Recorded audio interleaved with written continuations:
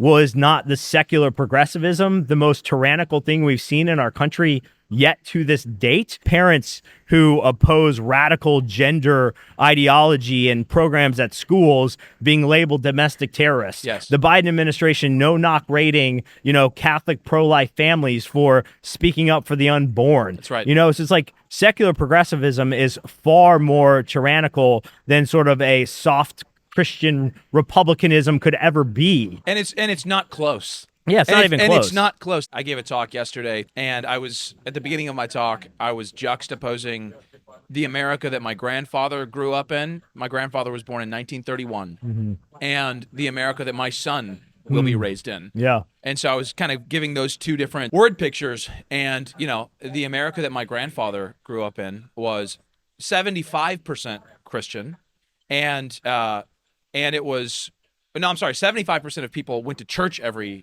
with regularity, and 90% considered themselves Christian. And now we're down to like 64% claiming Christian and 25% of people going to church with regularity.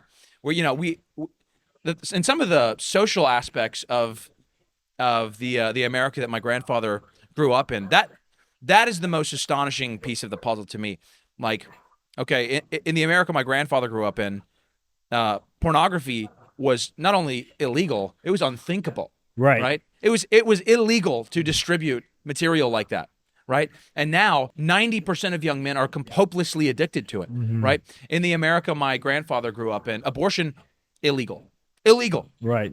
And now my son is being raised in a blood-soaked America with 65 million dead babies and their blood on our hands, under the wrath of God. And even like getting into, we all have to get into yoga pants, but bikinis were illegal on the beach. Like you couldn't go to the I knew you would bring it You up. had to bring it up.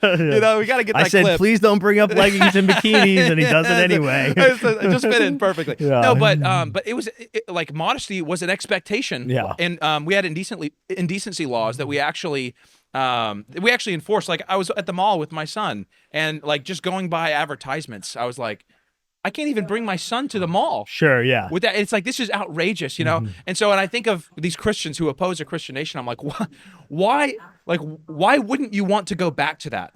Yeah. What? Because it's authoritarian, and what's the excuse they give?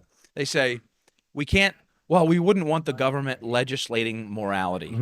What do you say to that? Whenever someone comes up to you and says, well, we can't have Christian nationalism because we don't want the government to be in the business of legislating morality. How would you respond to that? Well, essentially, they're saying they don't want government because that's all it does. That's literally all what the government does is legislate morality.